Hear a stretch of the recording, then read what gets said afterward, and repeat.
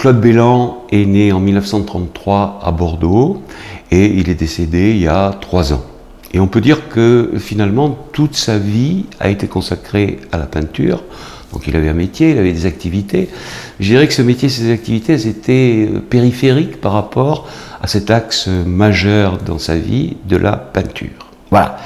Alors, Bellan a commencé très jeune, vers l'âge de 18 ans. Il n'a pas eu de formation à l'école des Beaux-Arts, il était plutôt autodidacte. Mais il a été baigné très tôt dans un milieu bordelais assez favorable et bienveillant. Ce sont les peintres que j'appellerais de la deuxième génération des indépendants bordelais, c'est-à-dire qu'il avait des peintres tutélaires qui s'appelaient Jacques Belobre, Edmond Boissonnet, Elisabeth Calgagny, etc. Bon, donc il a évolué dans ce milieu bordelais, et puis ensuite il a été à Paris, c'est normal, voir un petit peu ce qui se passait, et on est dans la période de l'après-guerre. Et la grande mode, évidemment, c'est l'abstraction. Bon.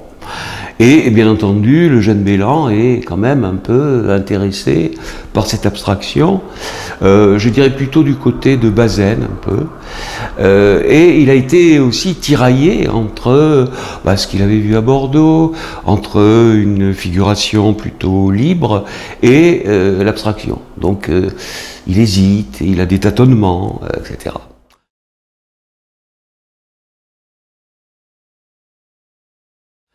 Et puis on arrive dans les années 60 où là c'est, je dirais presque une grande période de doute. Lui-même a appelé cette période la crise du sujet. Bon. Parce qu'il se rend compte, il se dit, bon ben voilà, jusque-là j'ai fait des paysages. Et les paysages, finalement, c'est pas pour moi.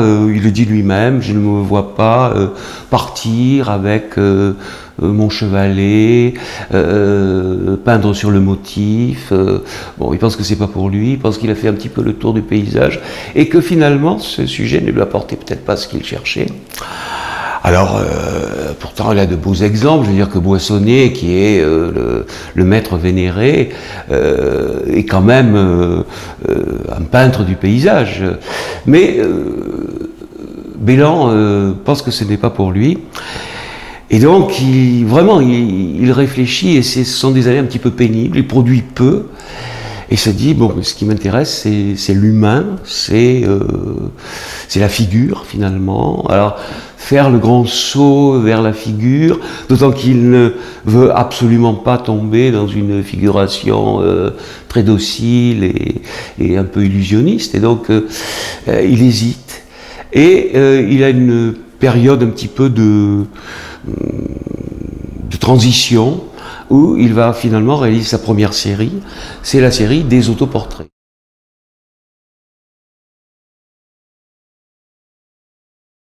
Il se représente dans une glace, et c'est une très belle série qui est un petit peu intimiste, dans la mesure où il y a peut-être une douzaine de tableaux qui sont un peu disséminés. Très intéressant, parce qu'on voit vraiment que c'est quelqu'un qui cherche, qui fait des essais, qui dès cette période amorce la technique des papiers déchirés dès les autoportraits, qui peint évidemment l'acrylique, qui déconstruit son visage. En fait, il fait des gammes. Et alors, évidemment, et là je reprends un petit peu une phrase de Bacon, les déformations transmettent l'image avec plus de force. Et c'est exactement ce que Bellan essaie d'obtenir, c'est-à-dire par ces déformations, avoir plus de force, dépasser complètement la simple illustration. Alors, c'est une expérience très importante pour la suite de la carrière, et qui inaugure finalement, je dirais, toute une production qui va se faire à partir de thèmes, de thématiques, de séries.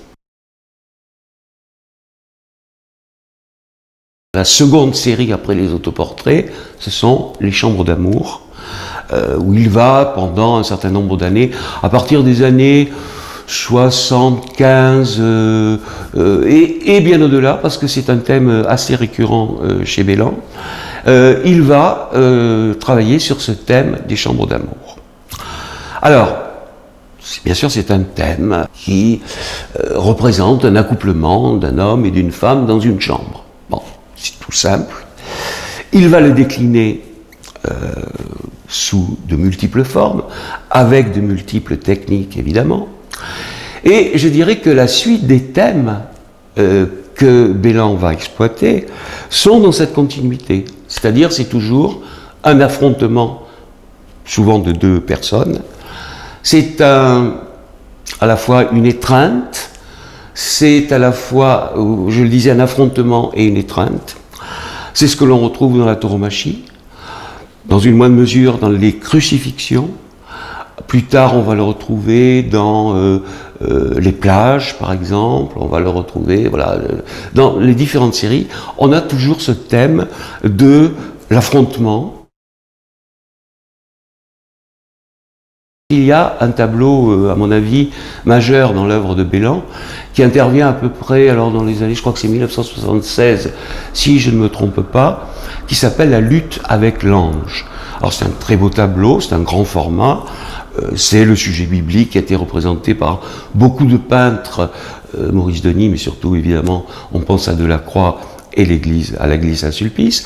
Et donc, Bellan représente cet affrontement et cette étreinte de deux personnages. Alors évidemment, les personnages, je dirais que chez Bellan, les personnages ont des têtes sans visage. Hein, ce sont pas des portraits, c'est une idée du personnage.